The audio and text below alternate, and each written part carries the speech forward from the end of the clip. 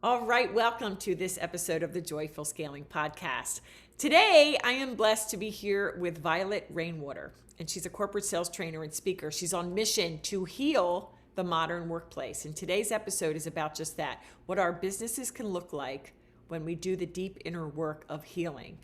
Now, the best way I thought to introduce and tee up our conversation was to read directly from a passage on Violet's website because I think her background is very relatable to us. Okay, so here it goes like this. Early on in my career, working as a financial advisor, on the outside, I looked as if I had it all together, earning $500,000 a year. It appeared as if I was living a picture perfect life. However, on the inside, I was stuck in survival mode with many destructive coping mechanisms. Ladies, is this resonating with you? Open your mind and heart. Okay. Violet goes on to say, no matter how much I achieved, some things never changed. Anxiety, worry, fear filled my days from morning till night. I wish my leaders gave me the tools and the wisdom to help me navigate change in a healthy and productive way. So why didn't they? The truth is, most leaders are not equipped with the knowledge or the tools to manage their own fears, let alone those of their team. And from this place of hopelessness, Violet's vision was born. Today, she's on mission to educate and equip the modern workplace with the innovative framework that she's come up with to help them heal the past, to break free of their programming, okay, your ways of doing things, right, and thrive in the new workplace. Let's welcome Violet to the show. Thank you. Thank you so much. What a great introduction. Ah, you're awesome. Well, I saw on your website you've worked with some major corporations like Allstate and Monster, and you also work with small businesses. So let's talk about your journey from looks great on the outside, you're kind of dying on the inside, and Yeah. how you made it through. Yeah. It was 2 decades that I ran that way.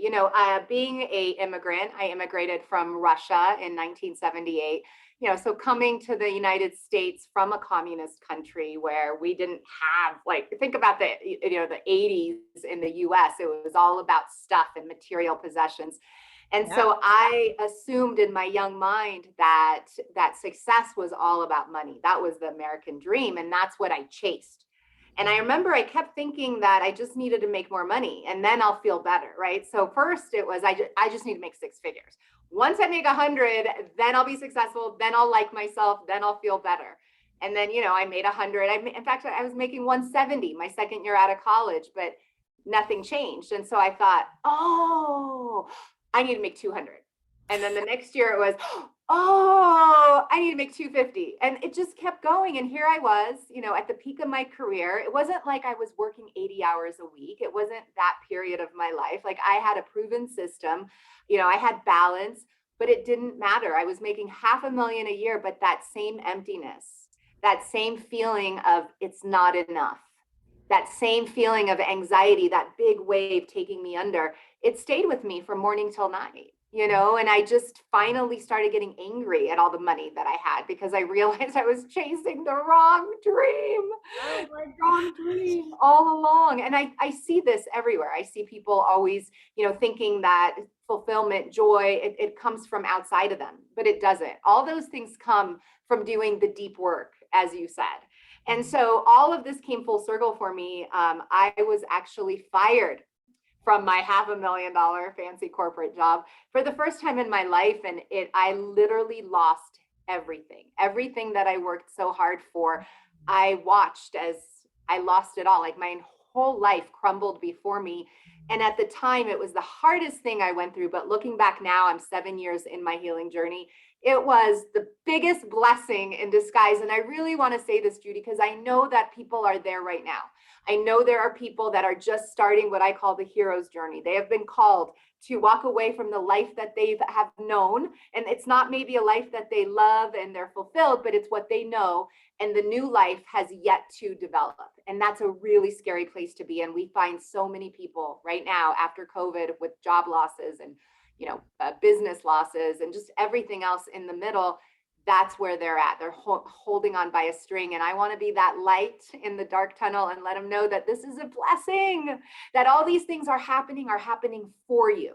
So just lean into it and start your healing journey, because that's how I started mine. And it was long and it was painful, but I wouldn't change it for anything. And that's really how it all came full circle for me. That is so, so good because when I look at a major pivotal point of my life, it was a head on collision with a drunk driver.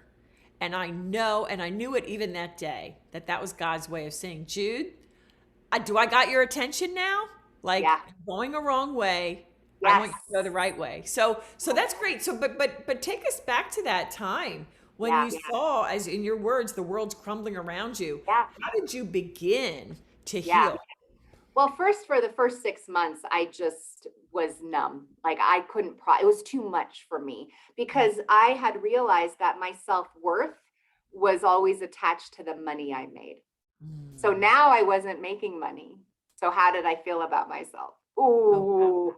And Wow. so I realized I had no self-confidence. I had no sense of self, and I didn't know myself. Like everything that I thought to be true about myself was just based on what I thought other people wanted me to be. This is one of the symptoms of, and I talk about this a lot with my clients and my presentations. These are the symptoms of having trauma in childhood when our brains are being developed, when our nervous system is being wired. And then when we don't take steps to heal, that's how it shows up. So I had my image of myself was completely warped. In fact, I remember I would reach for these insane goals in sales in a male dominated space, and I would hit them. And instead of like even having a day to feel good about it, I almost felt bad because now I was like, okay, now I got to hit the next goal. I couldn't even feel Mm. joy for a moment, not for a moment, because there was so much darkness inside of me. There were so many lies that I believed. And so the first thing I did, and I always recommend this, knowledge is power. Read up on not PTSD, but CPTSD, complex post-traumatic stress disorder, because that is when you have had any kind of trauma or perceived trauma in childhood during that like 4 to 10, and that's right when we came to the United States, like the heart, poverty, neglect, hunger, all of it was during that time. So mine was really extreme. I had trauma on top of trauma on top of trauma. But it wasn't until I started educating myself. I started with a book called The Body Keeps Score. And that book changed my life because I realized that it was textbook. Like everything in the book was things that I was struggling with. So the first thing is awareness. You need to understand not just what happened to you, but how what happened to you affected your brain and what it looks like today. And that's what they don't talk about in the workplace. And so once I had that awareness, it was a very slow process. And that was so frustrating for me because I'm like high energy type A, like, okay, let's do this. Let's make it happen. That's not what the journey is about. The journey is about slowing down. The journey is about taking walks in nature. The journey is about taking naps. The journey is about checking in with yourself and starting to meditate. And that's really key. I really want to stress this. I started 4 years ago a daily meditation practice. And if anybody is struggling in their life, this is something that is not optional. You must start creating new pathways in the brain. That's what meditation does. Because I was wired to run on anxiety. I was wired to fail, essentially. I was wired to always see myself as something's fundamentally wrong with me. I could never see good in myself. But what meditating did is it started creating new pathways in my brain, and it started calming my nervous system, and that is key. Okay, hold on 1 second. So when you say meditation, to me, the world kind of took that into crazy, like center yourself, humana, which I'm not about. So I'm about praying to the Lord because He Yeah, is true. So help me, like when you say yeah, meditation, yeah. like, so what is it? Is it saying Prayer God is reveal? meditation. Right. Okay. So what would you actually pray? Would you say, Lord, reveal to me who I really am? Like, is Yeah, that? or find a verse in the Bible. So my husband and I have very different meditation styles. He starts off every morning with reading the scripture. He takes certain verses and he will just meditate on it. And it's the feeling of connection within him, right? Whereas for me, I wasn't raised with God. Like coming from a communist country, we were not even allowed. Like we are raising our kids Christian and we bring God into our lives. And I see the difference, but I didn't have that as my foundation. I wish I did.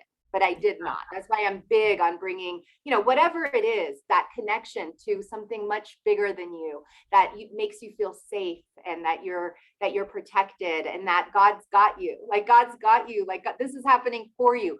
All those things are in alignment with our highest self and with the type of thinking that we should be having. But that's not the kind of thinking I had. So my meditation is more just a guided meditation where I go to something that I want to happen. And I start thanking the Lord for bringing this into my life already. Start visualizing things in advance. Start thanking him in advance for promoting me, for prospering me. So it's really just taking time to set your energy, to set your day for success. Whereas a lot of people like myself I'd start off with, oh my God, what do I need to do? Oh, and I need to do that, and I forgot to do that, and I can't forget to do that. That's not how we need to start our day. So good. Yeah. Start with peace. And that's where our power is. Yes, and stay there. Like I Yes. love that. Okay, so it's like, okay, but it's funny because I laugh when you said I usually start my day where it's like, okay, I wake up and I go, okay, I gotta do that, gotta do that, gotta do that. So that's why for me, I go get my coffee and then I come back and then that's my time with the Lord. Yes. Yes. But That's isn't it perfect. funny how the enemy wants to distract us from that and Yes. bring to mind, well, wait a minute, you don't have time for that today because today you've got, so that's just like you said, intentionally Yes. saying, this is what I do to start my day. Exactly. Oh, no, not today. I'm not going to believe those lies about myself today. I've been believing those lies for decades. And where did it get me? Nowhere. So I'm going to believe that I am worthy. I'm going to believe that I am worth it, that God is opening doors for me, that there is room for me at God's table. So those are the Yeah. kind of new ideas that I had to start imprinting in my mind, because I didn't believe those things. I believed that there was something fundamentally wrong with me. So no matter what I did, no matter what I reached or achieved, it was never enough. Wow. Because, I'm always thoughtful as I conduct these interviews because I want to bring it back to me to the extent that that would help my listeners. And so as you're saying that, I'm thinking, my mom and dad loved me, but there surely was dysfunction in the home, as I believe there is in every home. It's a Every matter of home. how much and all that and what it is. But, only recently have I thought that maybe I don't like myself. Like I'm becoming aware of that. And I think to your point, that's like the beginning of healing. Huge, huge. Yeah, Yeah. because without an awareness to it, you can't fix it. I once read a book, it was game changer for me. It was called The Ultimate Secrets to Total Self-Confidence by Dr. Robert Anthony. And the book even says, only read this book if you want to change your life. Like, do not read this book unless you're ready to change your life.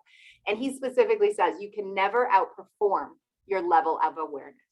So if your level of awareness is here, but you have visions and goals up here, you have to begin by increasing your level of awareness. And you just nailed it. We must understand what are the thoughts that hold us back. So if you just realize, I don't really think I like myself, wow, that is great insight, because now Doesn't feel great. but I think that's our generation. I would say more people than not don't like themselves. Don't I see it every day. Every day I talk to women who don't see their value, who are, used to putting themselves down and judging themselves. And they're so hard on themselves. They don't see how much beauty they're adding into the world. They don't see all the light that they came to share. They're just so focused on their darkness. And so I think Yeah. it's so important to look up, look up, because that's where the light is. That's where our thoughts have to be in alignment. So good. And when I say, just to be clear, because I know I am a leader and women look to me and when they hear me say that, they might say, what do you mean you don't like yourself? There's parts of me that I love. And you know what? Every part that I love, it's because I've allowed Jesus in. Right. And so those parts of life where as I'm seeing it, I'm not fully surrendered. Like Right. that's the point, where Yes. I'm like holding on to me. Or you don't And trust, right? yeah. Like you don't trust yourself or the process. So that's just an awareness for you that there's room for growth, right? And so that's beautiful that you have room for growth, that you just realize, oh, this is an area in my life that I can develop. Yeah, yeah. Okay, so on this healing journey, and I believe that is absolutely just like when we are being sanctified in Christ. I mean, what I was in my early 40s and where I am now with my maturity and my faith is like night and day. So I Yeah. think it's a progression, but what's the next step beyond awareness? Yeah, so awareness is where it begins. And I think it's really important to go back and really visit what I call your child of yesterday. So I'll share a brief story. And I think this will really be, it was really profound when I went back and realized this.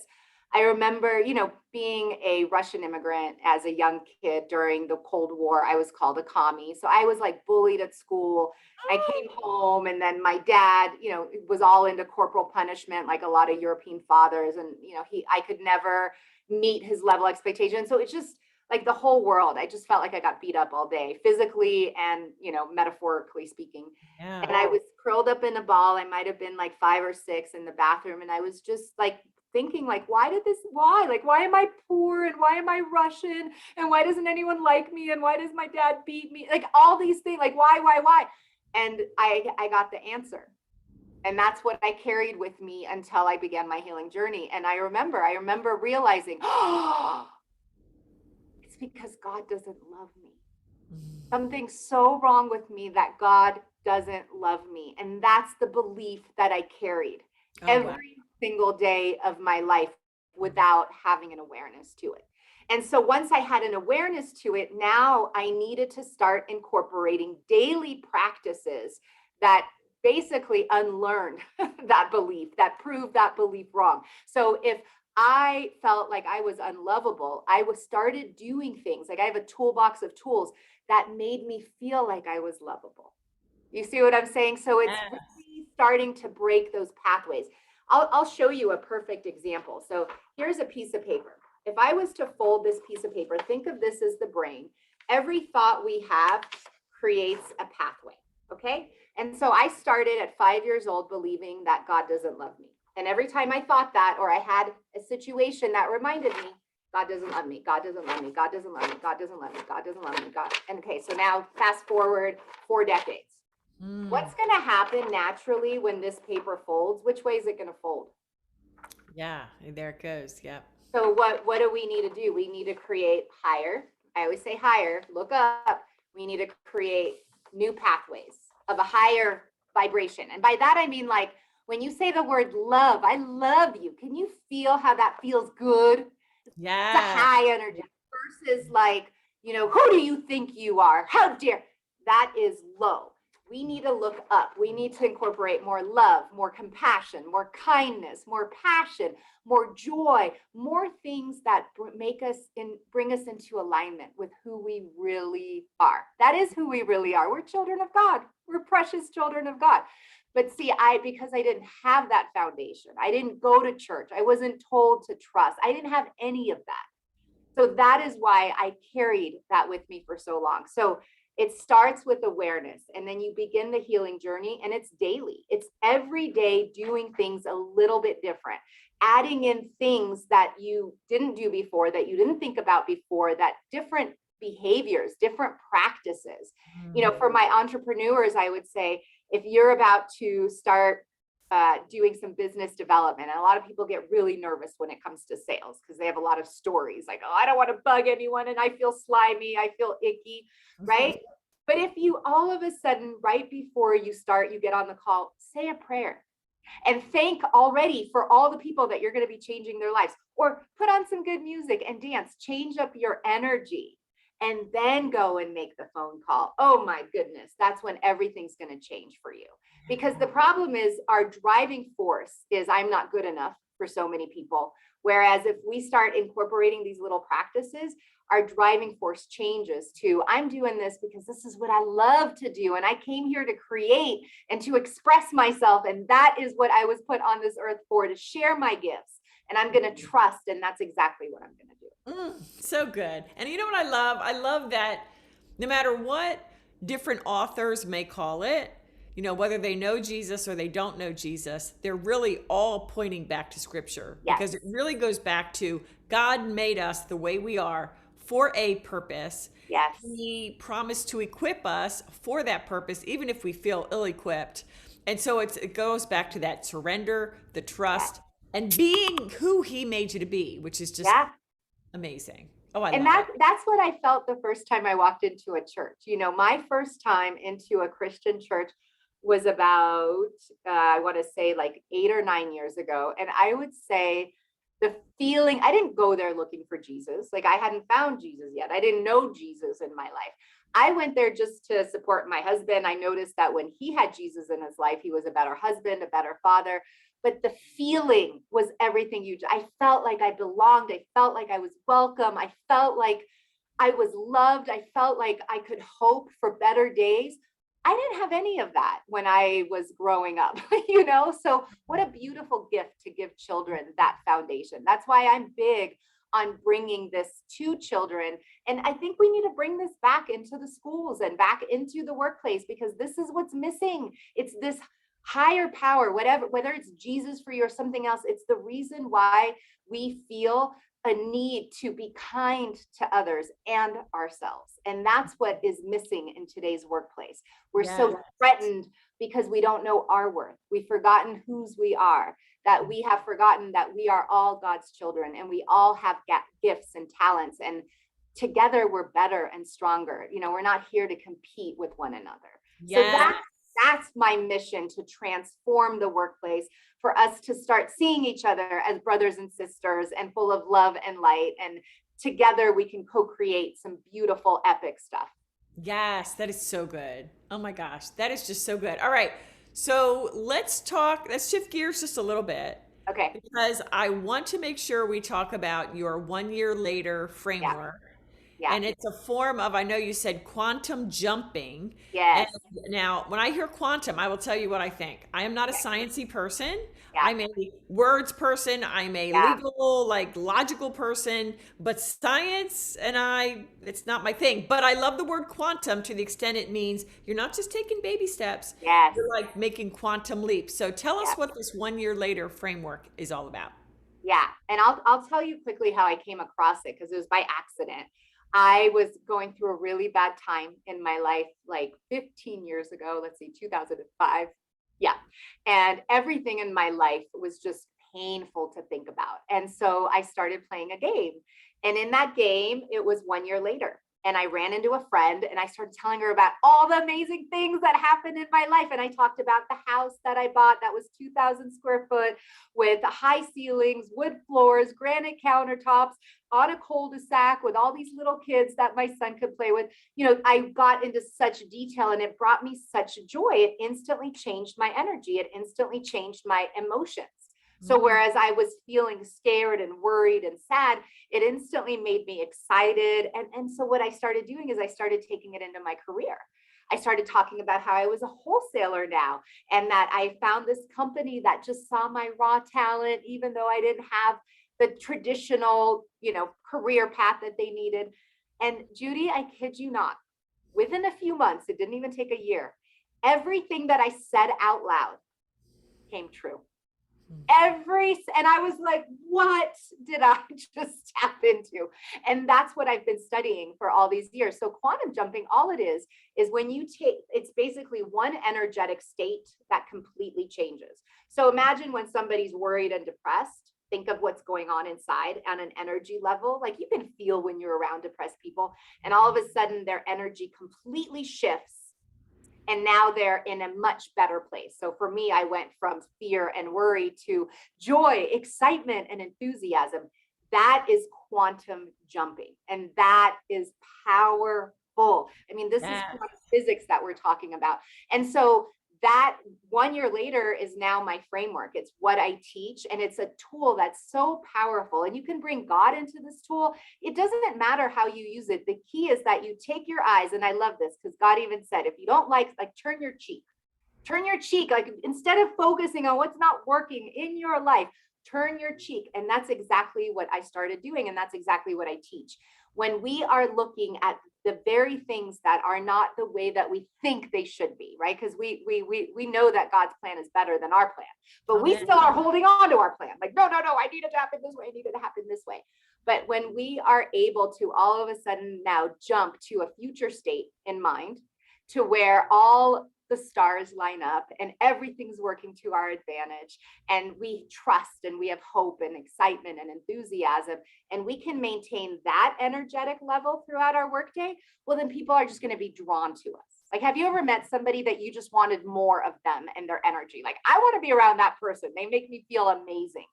Mm-hmm. That's what quantum jumping does. It takes us out of the normal depressed and anxious state that I think 87% of the workplace is facing, and it shifts us into much higher possibilities. What is possible in the future? Yes, and I love it. Wow.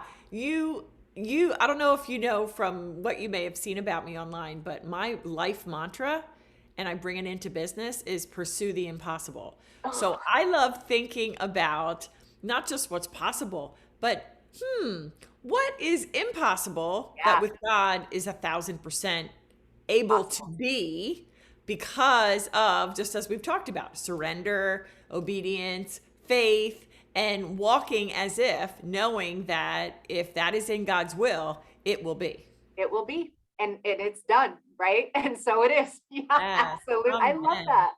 That is really great. So you would love the 1 year later. you get why it's so powerful. I look forward to watching some of your videos to find out even more about that. So, time goes too quickly. So as we wrap up, first of all, is there anything that we didn't yet touch on, or maybe something we did that you want to emphasize to really make sure our listeners caught it? I would just want to remind your listeners that nothing is more important than their peace of mind. If they want to drive business, nothing is more important than their peace. It's in the stillness that we get our answers. So no matter what your life looks like now, if you can just start incorporating these practices that allow you to feel peace, whether it's scripture or walk in nature or, your mantra, whatever it is, just come back to the peace, lean in on the peace. Everything that you need to make your dream happen is already inside of you, and you will figure it out. The most important thing is you calm your nervous system, because it gets dysregulated when you're triggered. Learn to calm that nervous system, come back to your peace, because that's where you'll find your power. Oh, man. Oh, that's so good. That is so, so good. I love it. All right. So where is the best place for us to connect with you online or find you? Yeah, so my website's a great place, www.therainmakersway.com. You can also find me on LinkedIn under Violet Rainwater, or Instagram, it's at Violet Rainwater. And I am going to be starting a YouTube channel, but not quite yet. So those would be the places to come and find me. All right. Well, I'll be sure to have all of that in the show notes. And Violet, thank you so much. This has been a really impactful 30 minutes. Thank you kindly. Thank you for having me. All right, my pleasure. And ladies, if you've loved this episode, I have no doubt you did, please take a moment and leave a rating and review. It matters, and it helps to spread the message of the Lord, of powerful business, and of pursuing that impossible to, the outer reaches of the world. And we are in, I think, 35 countries now. We've expanded by God's grace, and almost to that 100,000 downloads. So thank you for your support. Do let us know what topics you'd like us to cover. And if you have an amazing guest like Violet, reach out, judyweber.co/podcast. You can leave me a voice note there. So until next time, thank you, and God bless. God bless.